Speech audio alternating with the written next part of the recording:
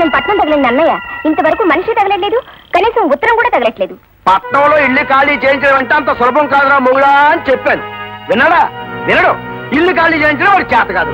ఇల్లు ఖాళీ చేయించే విషయంలో నా ప్రయత్నం 2 మెట్లు ఎక్కితే 4 మెట్లు దిగినట్టు అవుతుంది. నన్ను క్షమించమ్మా. మాకు ఈ ఊళ్ళో మంచి ఇల్లు ఉంటుందండి. అది అమ్మకానికి బేరం పెట్టాం. మరి అద్దుకున్న మనిషి ఖాళీ చేయనుంటుంది. వాళ్ళుంటే మేము ఇల్లు అమ్మడానికి వీలు పడుతూ కొనేవాడు ధైర్యంగా ముందుకు రాడు. మా పని అవుట్. పైగా పోలీసు వాళ్ళు కూడా ఆ అమ్మాయినే వెనకేసుకొస్తున్నారండి. అయితే ఏమిటంటావమ్మా? వాళ్ళని ఖాళీ చేయించడానికి కేసు వేయాలమ్మా? కేసు వేస్తే ఎంత లేదన్నా 7-8 సంవత్సరాలు పడుతుంది కదండి. అంచేత కేసు వేయడంలో సుఖం లేదు. పోనీ సుఖంగా వాళ్ళని ఖాళీ చేయించే ఉపాయం ఏదన్నా కావాలమ్మా?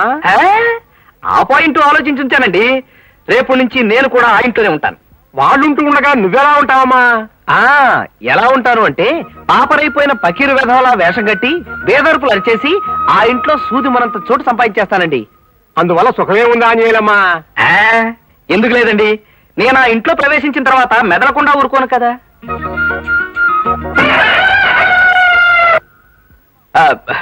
వాళ్ళని నానా రభస పెట్టి ఈ ఇల్లు మాకొద్దు ఆంజనేయుల మహాప్రభు అని పారిపోయేలా చేస్తాను కదా. అమ్మా మరేమనుకున్నారు? సివిల్ కోడ్ నుంచి క్రిమినల్ కోడ్ దాకా, బిల్డింగ్ లీజ్ యాక్ట్ దగ్గర నుంచి రెంట్ కంట్రోల్ యాక్ట్ దాకా మొత్తం నా చంకలో ఉన్నాయండి. ఇందాకటి నుంచే చూస్తున్నాను. ఉన్న యాక్ట్లు లేని యాక్ట్ల పేర్లు చెబుతూ లిటిగేషన్ నుంచి లా వరకు నువ్వే చెప్పేస్తున్నావు. అసలు నువ్వు నా దగ్గరికి ఎందుకు వచ్చినట్టమ్మా? అమ్మమ్మ, నేను అంబరిల్లా, మీరు బారెట్లా. మీ దగ్గర బిఏబిఎల్ డిగ్రీ ఉంది కదా. అయితే నా డిగ్రీ తప్ప నా సలహా ఏమీ అక్కర్లేదన్నమాట. ఏమమ్మా? ఎంత మాట. మీకో శ్రీమతి ఉన్నారనుకోండి, ఆవిడికి మీ సుఖం తప్ప మీ బిఏబిఎల్ డిగ్రీ ఆవిడకి ఎందుకు చెప్పండి. అలాగే అమ్మా, నేను వేషం కట్టి మా ఇంట్లో ప్రవేశించిన తర్వాత ఏం లావాదేవీలు వచ్చినా మీరు అండగా ఉంటారు.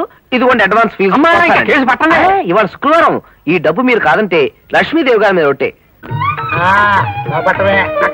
అక్కడ పెట్టు. ఏం బాబు, సామానం పేసు బయలుదేరా ఏంటి కదా?